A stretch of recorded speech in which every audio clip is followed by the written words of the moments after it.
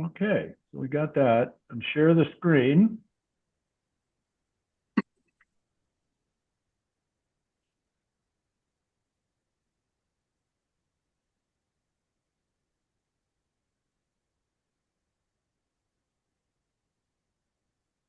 You're really dark, Mike.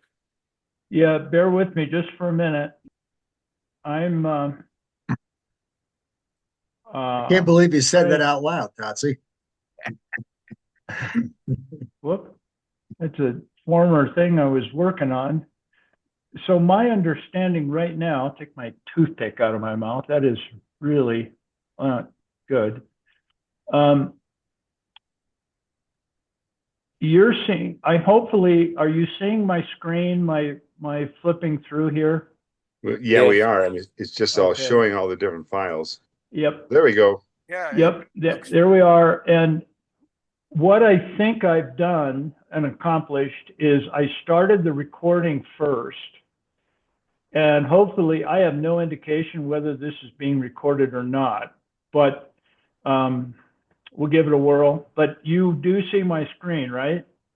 yep. Looks Yes. good. And like I said a few minutes ago, fellas, I'm in a sense flying a little blind, somewhat blind. I have my screen in front of me, and I have Totsi because Totsi spoke last. So if you need to, if you want, not need, if you want to interject something and say something, I can't see your hand. So just blurt it out and then you'll pop up on my screen. So that's how Just, we'll have to do it today. just so you know, Mike, I have a bar note that does say it's recording, so I think you're good. Oh, good. Oh, that's good news because And we I'd have like John to. and we have John White on. Oh, John, good morning. Hey, He can't John. see you, John. I don't know if John heard what I was saying, but John, I'm at my daughter's cabin and I'm working on my iPad, and I can't. If you want to get my attention or the attention of the group, John, you've got to speak out because I can't see you on the screen. Got it. So, all right, there you are. All right, good morning to you. Good to see you. So let's get started with week 254. By the way, guys, greetings from Arrowhead community. Dave has been here. John, have you been here? Have you I been? have not. No. But I'm looking out, I'm upstairs and I'm looking out the glass facing east, and it is absolutely spectacular this morning.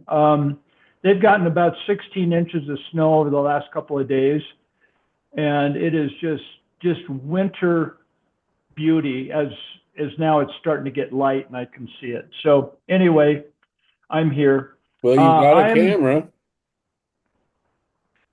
You got a um, camera, so you could show us. let's get it a little bit lighter, and that's a good idea. Um, Give me a little time, Dave, and then I'll see if I can do that. We're week 254, John 19:16, and today we actually look at Pilate handing over to to those around him. It doesn't designate it. I think it would recommend. I think it would mean generally the crowd, their wishes, Jesus to be crucified. So that's where we're going to look at today. And from my perspective, there's numerous ways to look at the cross, but from my perspective, I'm laying out a pathway within this narrative of how I view the cross. And I view the cross as revelation. Now, that, of course, that word means revealing or showing. And I believe that's exactly what the cross is doing, and where it's heading will make sense as we're going. And you go, well, of course, the cross is revealing. And yes, yes, it is. But in this case, how I interpret this idea of revelation is in this verse right here, we see Pilate handing over Jesus to be crucified. So my perception is Pilate is not wearing a black hat, and he is the bad guy in the story, although he's acting in a very destructive way. But I'm putting a mirror in his hand because I'm looking at Pilate as representative of the human condition. And so that in that case, Pilate is revealing what our default mode in human experience can be. It doesn't need to be that way, but it often is. In contrast to that, in Revelation, we're looking at the silent Jesus standing there as the victim, receiving his sentence and being handed over for crucifixion. That too is revelation. As we move into this study, we'll look at this verse from those two, how revelation is revealed within these two, within our study. So first of all, Pilate, and I'm calling it a mirror, the text reads, so he, Pilate, handed him, Jesus, over to them, would be the Jewish authority and the vengeful crowd, to be crucified. As we arrive at verse 16, we need to note that John describes the crucifixion using only a few words.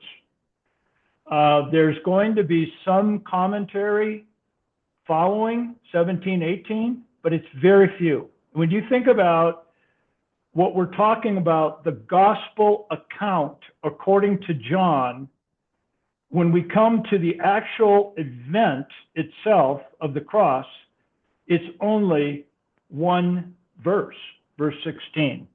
And it reads, he handed him over to them to be crucified. It's brief, yet those words expose something deep about us as humans, as seen in and through Pilate. When tension, and so I'm going to start to build this, when tension rises in our lives, as in Pilate's life, fear takes hold, and we look for someone to blame. Fellas, from my perspective, that is the human default mode. Part of being human is how we respond to tension and fear. We hand over responsibility, like Pilate did. We delegate what we can't bear to face because we have this innate desire to get rid of it. Just get rid of it. In this single act, John holds up a mirror to the human condition. Like I said earlier, our need to restore order through exclusion and control. I'll keep my comments. The human need to solve conflict. We're going to look at that first. We humans cannot tolerate tension. It's just, we really have a hard time with it. So therefore, we locate the cause of how we perceive it, the cause of the tension, and then we act upon it.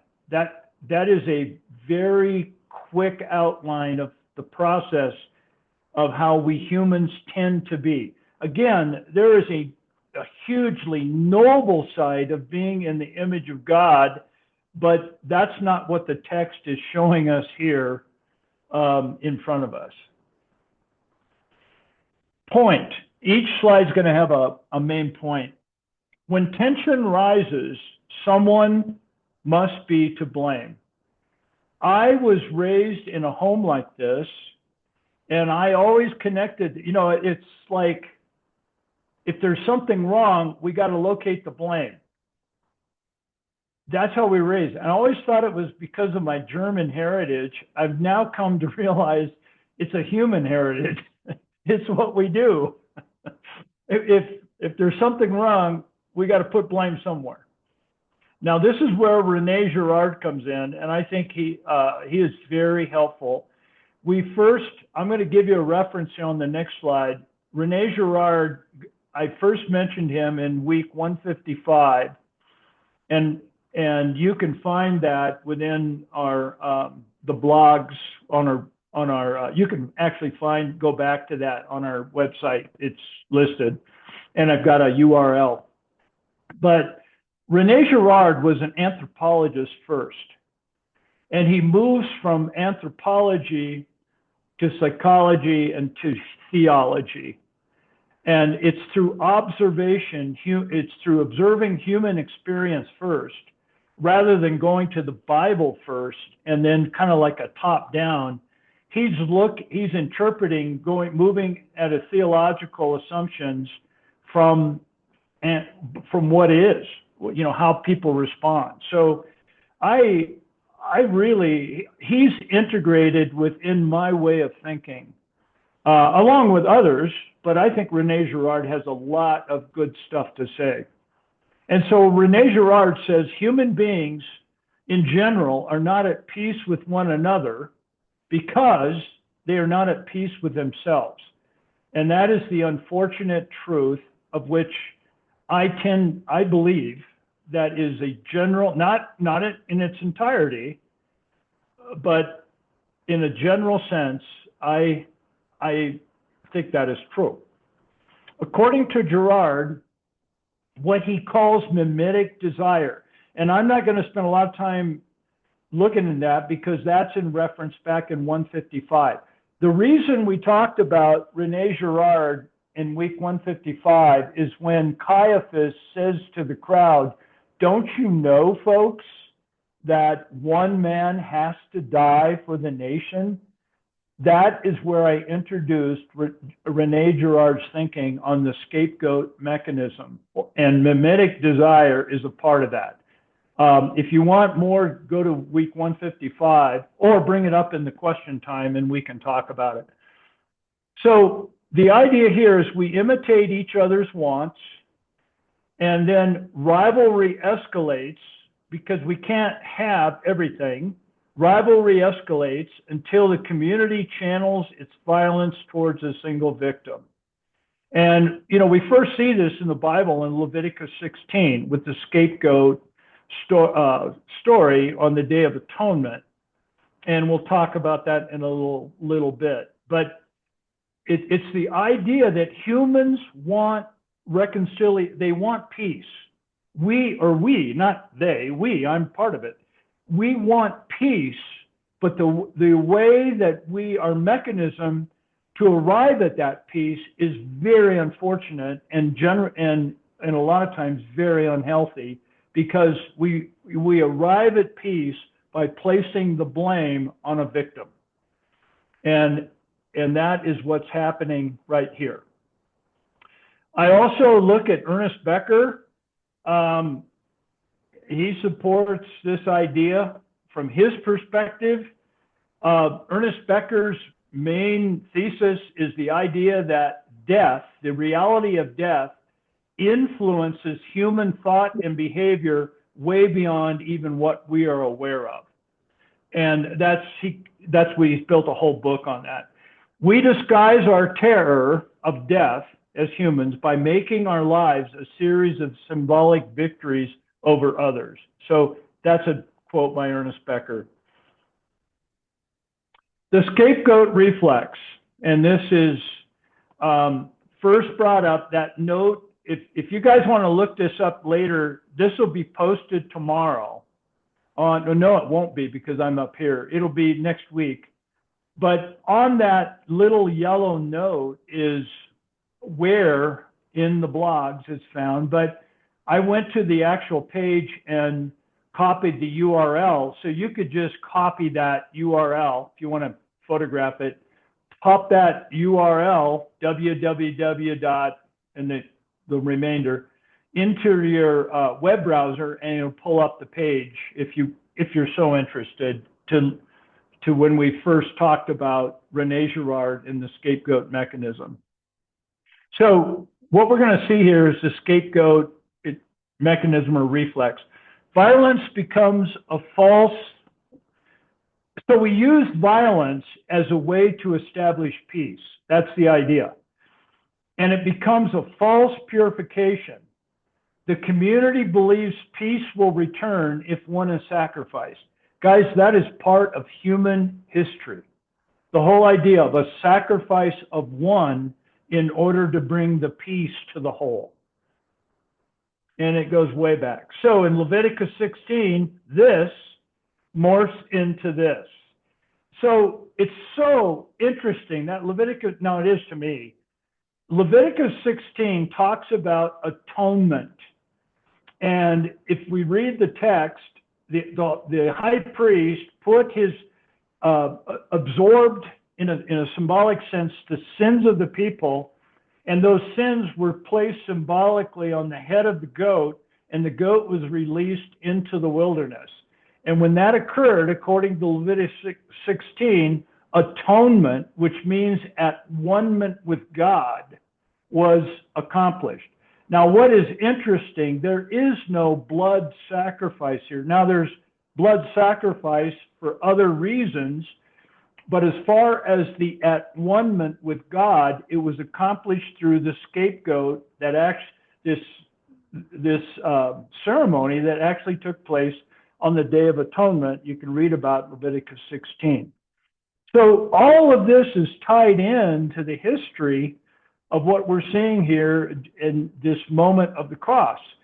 The idea of the placement of blame on a victim, an innocent victim, and the release of that victim into the wilderness. And, you know, I have often said when I'm talking about this is imagine a family there watching the high priest release the goat into the wilderness, and the two parents look at each other and they go, honey, we're free for another year.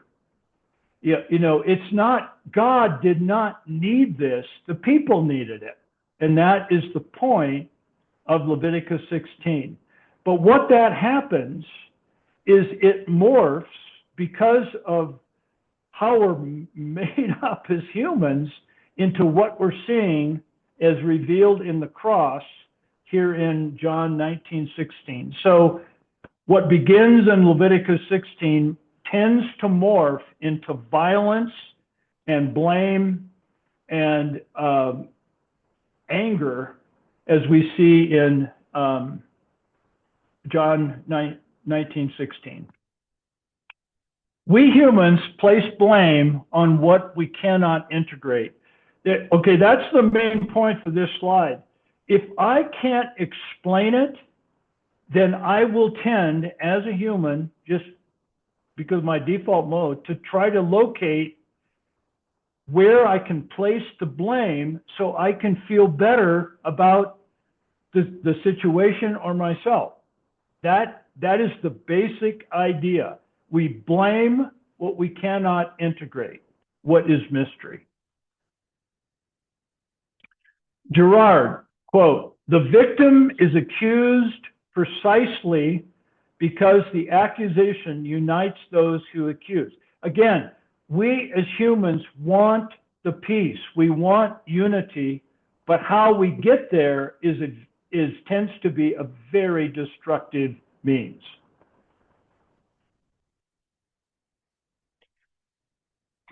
Now, I'm not really a Jungian. I don't really follow Jung, but I really like the idea of the shadow, and that's his language. In the New Testament, Paul would call it the old man. It's this false self that we create, you know, dying to self and so forth. Well, Carl Jung calls it the shadow, and he's got a whole psychology explaining this whole thing, which is I'm a toddler on. But a quote from Carl Jung: "Projection of the shadow, our disowned darkness placed on another." In other words, my discomfort is projected on an innocent victim so I can feel better about me. That's what this is saying in English.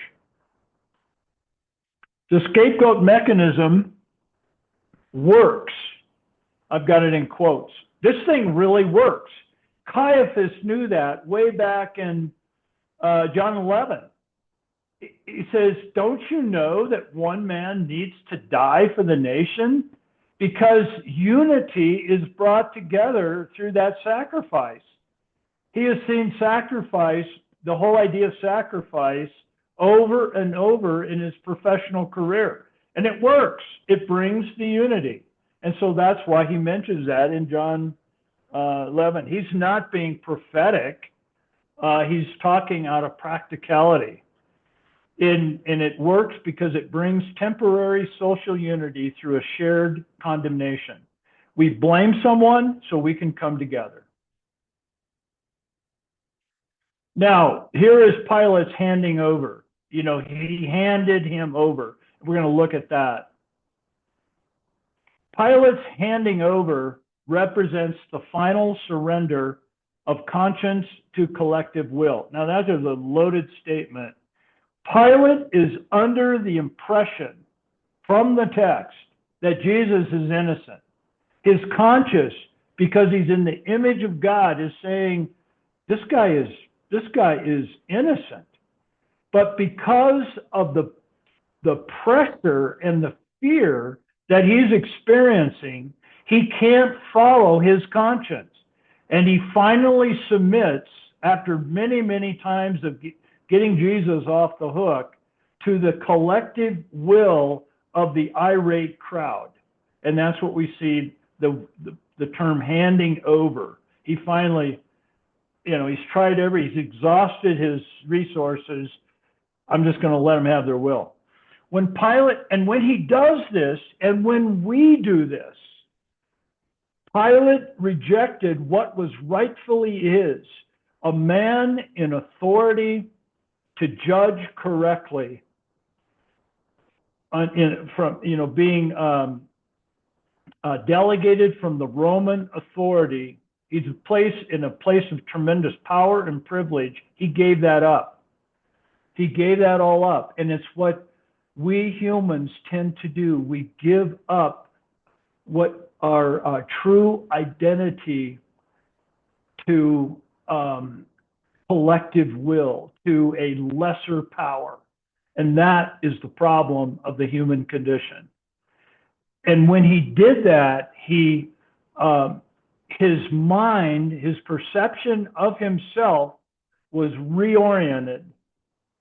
And he became, in his own mind, less than what he was created to be. Thus, we call it shame. We call it low self-image. It's what we tend to do to ourselves. And that is happening right on the screen. So this, Pilate, again, you guys know I took liberty with Pilate. So this, Pilate, morphs into the washing of the hands, Pilate. So he's going through a ceremonial washing to try to alleviate the guilt and the shame that he's experiencing, but it's not going to work. Just like our mechanisms to get rid of the ache that's within our being doesn't work. This is why we need a savior. Now, I'm looking at Pilate in a place of leadership, which he held. And I'm going to now look at this from a leadership perspective. Pilate being the guy who's in charge, and he gives that all over because of his own fear. When leaders hold on to authority out of fear, which Pilate exemplified, they make the very mistakes they hope to avoid. This is a micro comment on the idea of leadership, so bear with me. And I'm looking at him as a leader. So my note is this. Being a leader, fellas, which all of us have had experience with that in our lives, where we are in a privileged position to bring about other people's growth. Delegation is a primary skill that we learn about. And it contributes to personal growth as I'm able to let go in a leadership position and entrust another. It's growth in me, and it's also growth in the others. When I was in charge of Collins Control, sometimes I did a good job, sometimes I didn't. But on my brighter days, I used to look at delegation. Well, I look at delegation generally as a way to bless another on their path of development. That's how I've cast it for years. I acted on it well sometimes and not too well other times. But the human problem, because of the human problem, is that we hold on too long. And when we do delegate, it's the wrong time and for the wrong reasons. Now, that isn't a bit of an aside, fellas, but I think it's worthy to think about our own experience with how fear affects us in our relationships with others. Point: we humans tend to cling to power too long, then delegate for the wrong reasons. And that is in direct comment to the phrase at the top of the screen, Pilate handing him over to them. I'll move on. The cross is a mirror. The crucifixion reveals as a mirror reveals. And that's what the image is showing. Now it's showing the crowd raising their hands are really an image of the guy looking in the mirror. It's a mirrored image of ourselves. That's what I'm showing with that mirror. The crucifixion reveals as a mirror reveals that which is actually present. And that's what mirrors do. They don't show what I would like it to show. They're showing it what it actually is. John, the author, shows the cross not as a remedy to satisfy God's wrath, but as a revelation that unmasks our own violence and fear. In other words, what I'm saying is I'm getting to my perception of how I interpret the cross. It is about revelation. And in this narrative of the crucifixion, we're seeing humanity at its absolute worst, as depicted through the crowd and as depicted through Pilate. The cross reveals what we humans do to establish the peace. Peace is a wonderful thing. Jesus talked about, my peace I leave with you. How we get there is the problem. Richard Rohr quoted, he says, the cross is not God's demand for payment, but humanity's revelation of its own sickness. So as you hear me talk about what happened at the cross, this is the language and the framework that I'm coming from. One way to say it is, I don't believe the cross was any change in God's needing something to be satisfied. I think it revealed the cross is the beginning of the healing of humanity because of our sickness. The gospel reveals the innocence of the victim. Now, this is going back to Gerard, of course. The innocence of the victim, Jesus, and thus where this is going, fellas, is a dismantling, a collapse. I'm going to be using that term a lot. The victim thus dismantles the scapegoat mechanism from within. Guys, that is a loaded, really a loaded statement that probably doesn't make a lot of sense. How I am viewing the cross is not a greater power, God, winning over a lesser power, the devil. That, in my mind, is actually the kingdom of this realm. That is how this world operates. That's how we naturally think. A greater power, to win, the greater power has to overcome the lesser power. And that is how the cross is depicted in a lot of Christian community. That's not how I am showing, how I understand or I'm moving. The cross, Jesus' victory on the cross, is because of the collapse of the evil forces that exist. For example, right now, fellas, I'm looking down, I'm upstairs in Annie's cabin at her desk, and I'm looking down at the pellet stove fire. It's got a glass, so I can see the fire. That pellet stove will run automatically through a thermostat. That's actually what I was working on yesterday to make sure it's working right for the guests.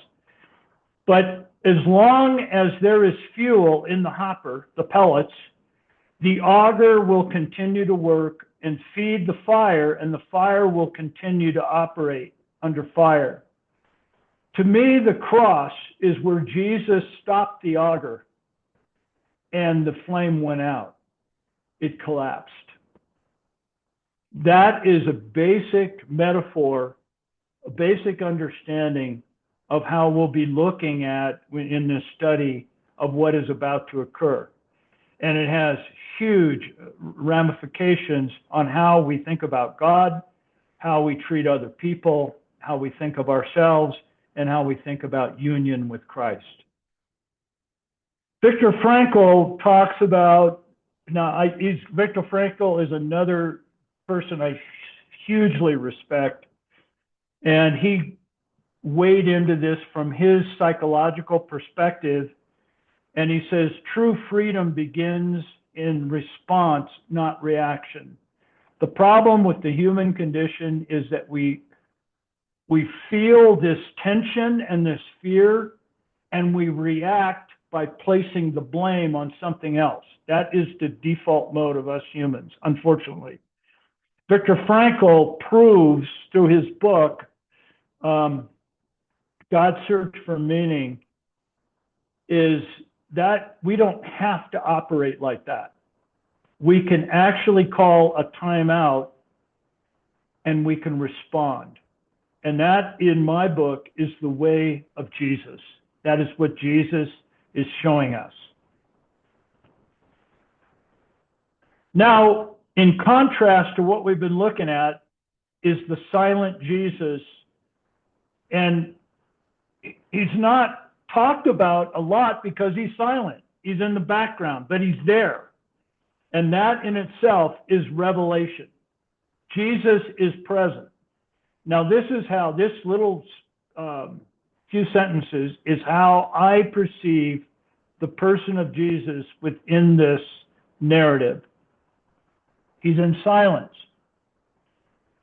And that silence is not defeat, nor is that silence a Jesus that is holding back and saying to himself, you guys just wait, I'm going to win. That, from my mind, is the kingdom of this world. Jesus is fully present in this moment. He's there. Even though the narrative, that John has given us hints of this, but because he's not in the dialogue, he's there. Jesus is there. But he's not a timid, waiting to receive his sentence victim. His silence is not absence, but engagement of the deepest kind. This is revelation to me. By refusing to answer accusation with accusation, like what's been happening in the text, he is absorbing the fury without returning it. It's mind-boggling, fellas. It is so motivating to me. Jesus is absorbing this willingly because he loves us, allowing the cycle of violence and blame to collapse. That's going, you're going to hear that word a lot in the next couple of weeks as we look at 17, up to verse 28.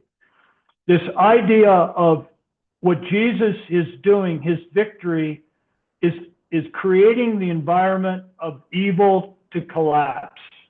Just like my little analogy of the pellet stove. He's not feeding violence. In our world, violence occurs because violence tends towards more violence. We got to win. We got to dominate. And that is where the problem is. Jesus cuts the fuel and the flame burns out. That, in a very general sense, is how we're moving in our study, is how we think about the cross. In silence, Jesus reveals a love strong enough to endure destruction so that something new might begin. Something has to die before something new can happen. That's another important point here. The flame is going to go out. In silence, Jesus is the fixed point. He is the stable point that does not change. And where the projection collapses. The projection is what the crowd is doing, what the Jewish authority is doing, and projecting blame onto Jesus. And that is collapsing right before our eyes. And the reason it's collapsing is because love is absorbing the violence without retaliation. That is how the flame is put out. It's put out on the cross, and it's put out in you and I and our lives as we engage in this reality that's ours, that we're being invited into. Gerard, by refusing to participate, that's what Jesus is doing. He's not participating in the lie of the persecutors. Jesus exposes the mechanism for all it is, and it's ending its power over the individual. And the point is, through silence, in silence, the pattern that we are so aware of, fellas, that is so much part of our experience, the pattern is being broken.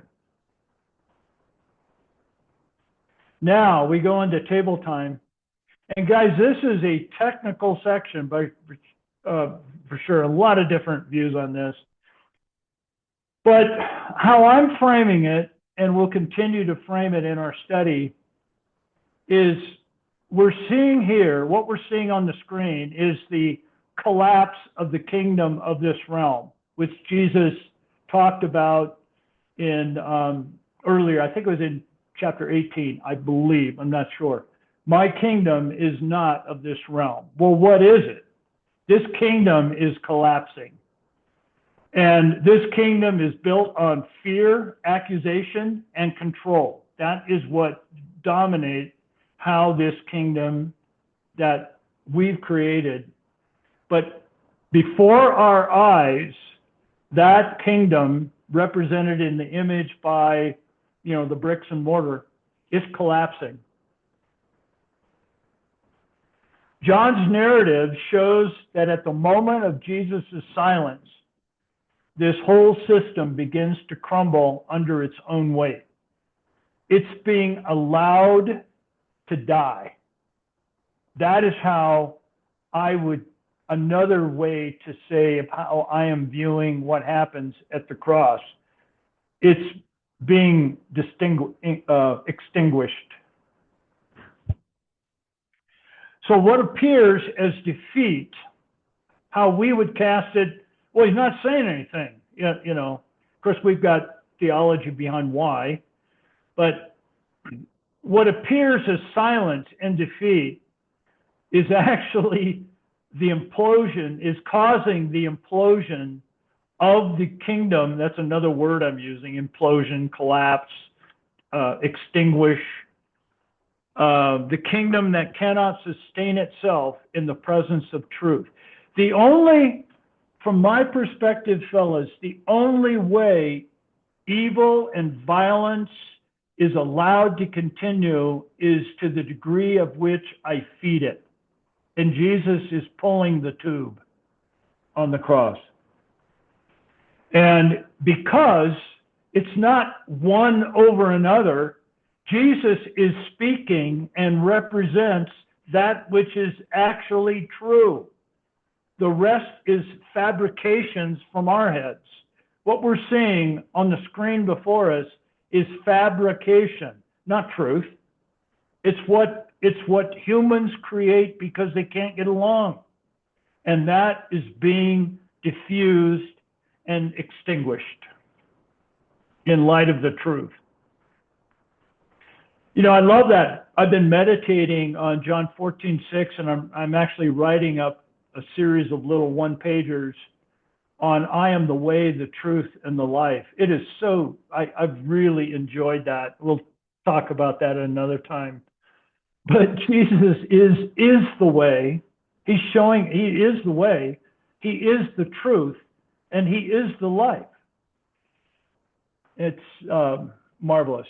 From this perspective, okay, this is where we're going to go to table time. And I didn't devise a big, long question. I have been intentional of how I have guided this discussion, and actually it's in concert with what we've been looking at, is a framework for building what is happening at the cross. And that framework is Jesus is not a bigger power from heaven with a bigger club that is destroying evil out of greater force. Rather, it is from the perspective that Jesus is allowing this thing to extinguish and collapse under its own weight because he refuses to feed into that which is a lie. So from this perspective, the cross is causing an internal collapse of what Jesus names earlier as the kingdom of this realm. So I have one word: thoughts. And please, guys, just speak out because I can't see it. Right now I see Dave because Dave was the last to speak. He just took a drink of coffee. So please, I'd love to hear your thoughts. There's no slam dunk right or wrong answer on this. It's a way to view it, and I'd love to hear your thoughts. So please feel free to feed in.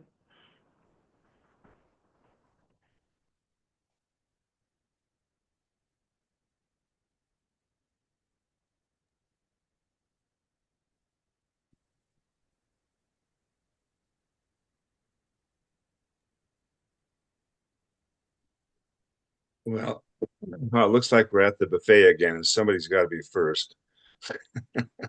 Well, you're a good first, Bill. All Yeah. right. Yeah. I mean, this is the living out of a Sermon on the Mount. I mean, especially don't resist evil. You know, pray for your enemies. Don't you know? It's like he said, I have all these good ideas, Sermon on the Mount, and now I'm going to prove them. Yeah.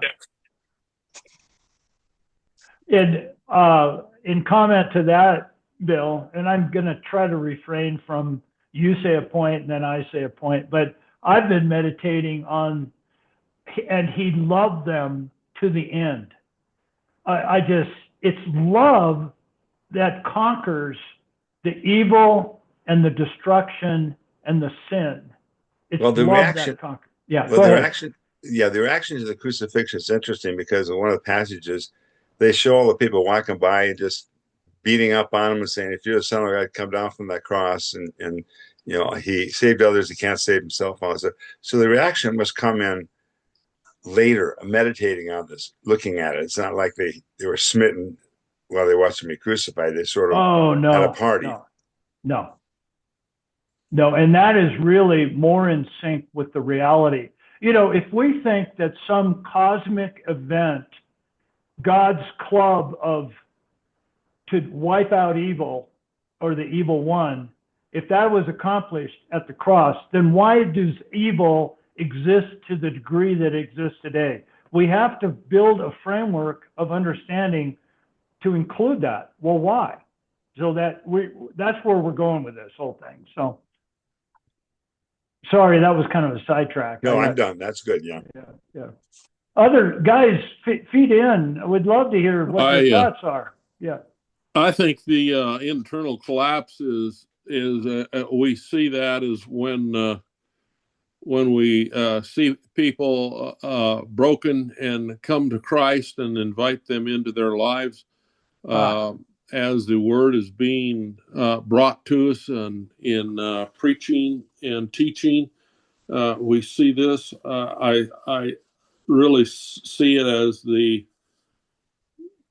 the gospel is presented in many ways. Sometimes it's through a fire and brimstone message given at a church, brings a person to that point of collapse and wanting change in his life. And I think that's really important to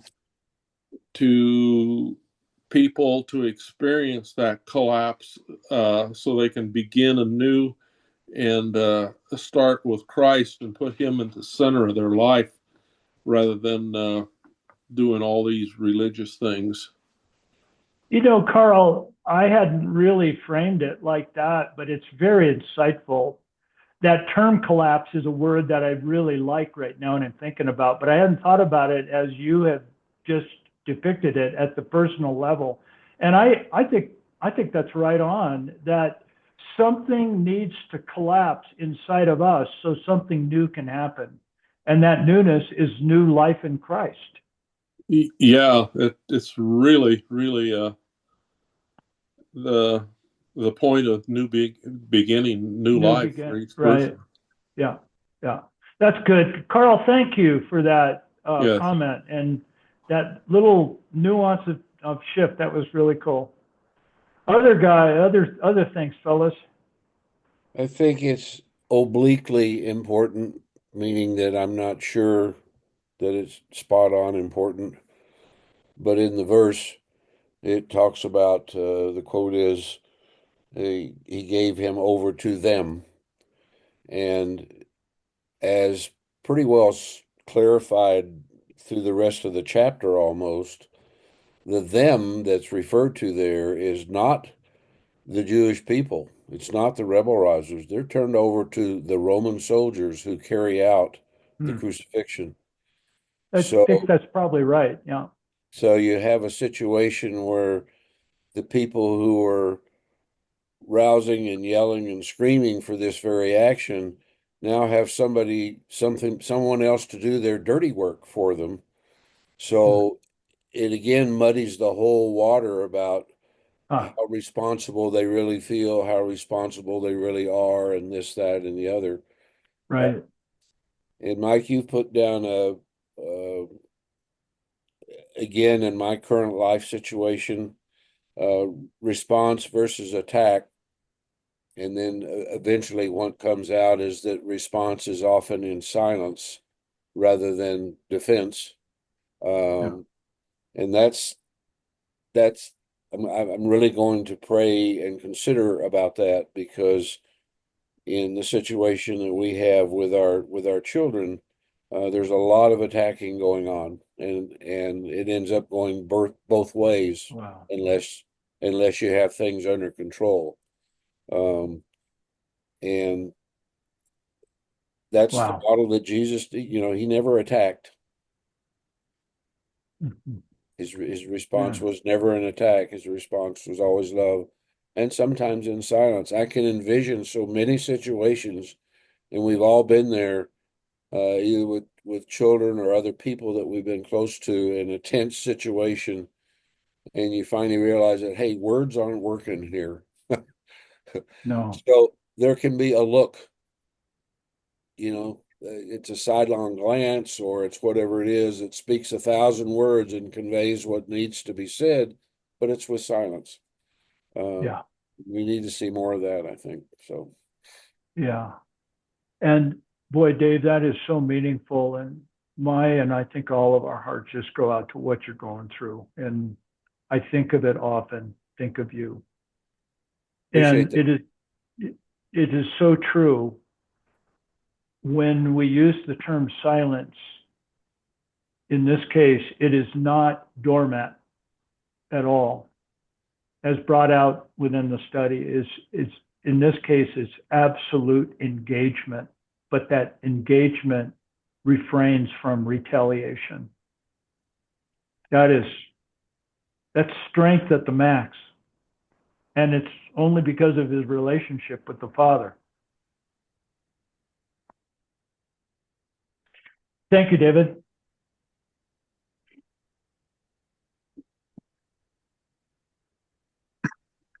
I had kind of a pleasant surprise. I went back to the gym that I haven't been to in a while. And there are, people there that are friends, specific to the gym. I never see them outside of the gym, but they're friends within the gym. And they know that I'm a Christian because I tell everybody that I am. And, whether they see it or not, at least I define myself as Christian. And so this one gal came up to me, and she was recounting her Thanksgiving church experience with me, and asking me how was mine, and all of this. And she's a person that I've worked out with for 3 years now. Never showed an inkling of Christianity. Never showed an inkling of interest. Polite, Yeah. when you say something. And there are ministers, like professional ministers in the gym, and they've invited her to their church many times, and she never went. But the other day she came by, she goes, I had the greatest time. Oh my gosh, I really went to a place where God was there. It was unbelievable. You got to come with me.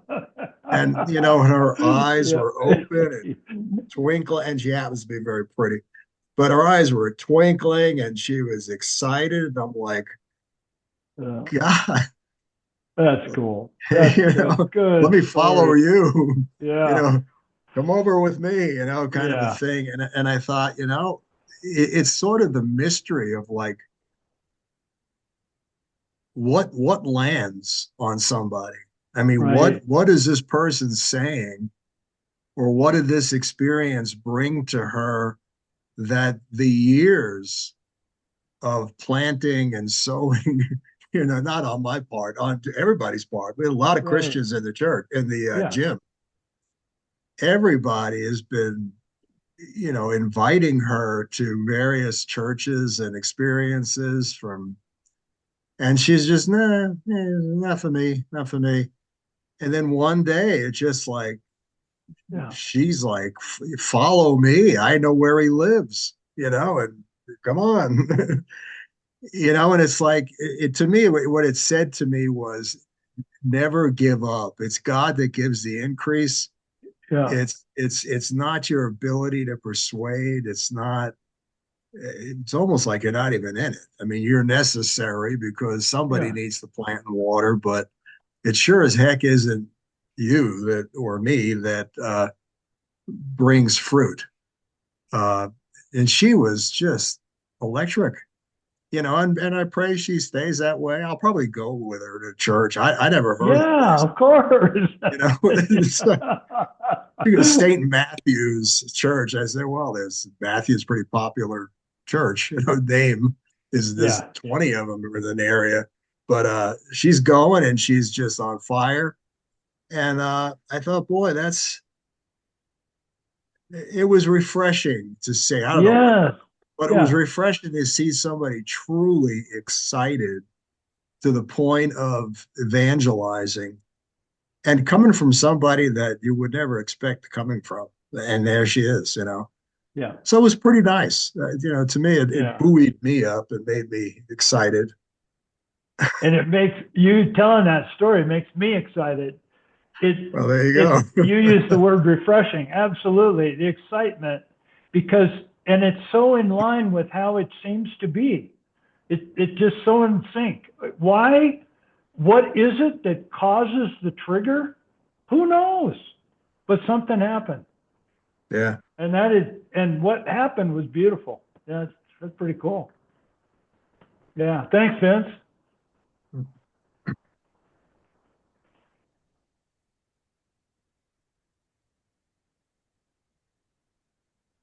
It's about time for John. I have White to follow up with some of this. This is a real, okay. This is an existential thing for me. Because when I became a Christian and you went and accepted Jesus and those things, there was a sense that he took my place on the cross. I should have been there, but he took the hit. Yeah. Because he could take the hit. Now, and then my response to that could be multiplex, but one of them could be, I'm off the hook. Thank you, Jesus. I have eternal life, and then go on my way. But in this framework you're giving us, he's saying, no, I mean, Paul says, or Jesus said, pick up your cross and follow me. Paul says, imitate Christ. And Philippians says, have the same mindset, in Philippians. And the last thing was, he's saying, follow me, do what I did.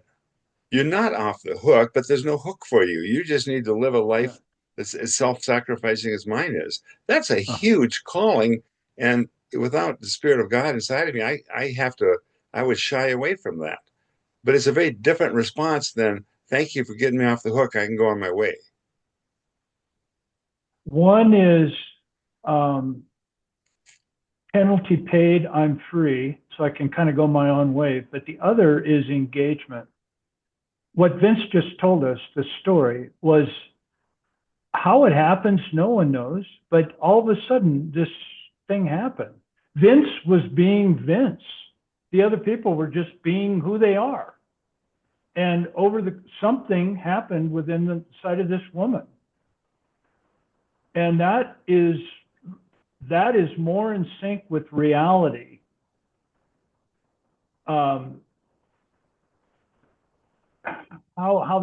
Actually, we're going to talk a lot about this when we move into, union, this whole thing of union with Christ, being in Christ and Christ in you, and what this all means. And there's more to it. But Bill, I think you're describing a lot of our own experience, a lot of our experiences. My experience, yes, of course, Jesus died for my sins. Absolutely. He hung there instead of me. I don't have to. He set me free. But there is also what we're talking about now is our privilege and a responsibility to live out as he is inviting us to live out. Yeah. He took away the fear of death. And that was there's a lot of mental gymnastics I'm going through right now as we process this.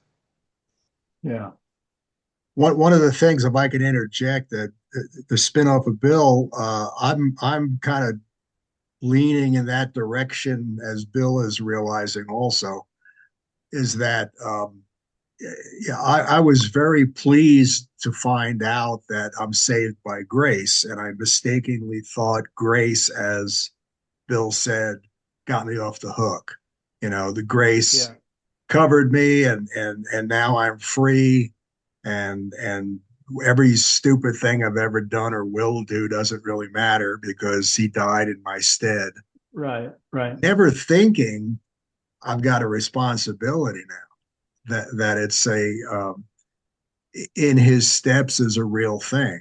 The concept of works and grace, like in James, faith without works is dead. I'm studying Catholicism again after all these years and realizing that, you can't get away from being a good Bible following, Christ following person. Being a jerk, eternity is now in session. It is, even as we breathe. And I thought it was a one and done situation where he died for me, and now forevermore I could just be a jerk, and it doesn't matter. Once saved, always saved, and I'm in. But to realize, to take the responsibilities that he did this for a reason. It's not so you can go on being a moron. So you can exemplify him in the world like he did, and multiply his ministry. And so now, instead of just one walking the planet, now I have millions walking the planet. It's a different responsibility, At least that's what I heard Bill talking about. I don't know if that's what he meant, but that's what I heard. I keep going back to Athanasius, church father, 4th century, and I really adhere to this idea that he, Jesus, became what we are so that we might become who he is in himself. That is a loaded thing. Yeah. And when you look at that in light of where we're going with this, where we're really building a framework here to give language to union, the in Christ and the Christ in you. Well, what does that mean? I am enamored by this, of what was accomplished at the cross in relation to union. And that's what actually we have talked about. We're going to talk about it more. Bill, I think you're wanting to say something. No, I always want to say something, but I'm done. It's 8:00, and Tatsi hasn't talked. John hasn't talked. Well, I kind of gave a little invitation. Go ahead with Tatsi. I hear you. You haven't shown us your winter wonderland yet either. Oh yeah. Okay. All right, let's try it. I'm gonna stop sharing the screen, and then I'll turn the camera around. It's now daylight, and I'd love for you guys to see this. So, how do I do this? Pick it up, turn it around, point it towards the window. There you go. Okay, did the screen stop? Yes, it did. But we see everybody, not just one person. Oh, that is nice. Oh my gosh, get a postcard. So you can see it? Yeah, get a postcard. I don't know what you're seeing. We're seeing the end of the cabin. You got a beautiful cabin there, and they have the logs. It's really nice. Yeah. Outside the window is it's a Christmas card. Yeah, and isn't it? Yeah, I'm glad you can see the beauty. Can you see that the trees are flocked outside? Yeah. I see snow shovels everywhere. Yeah.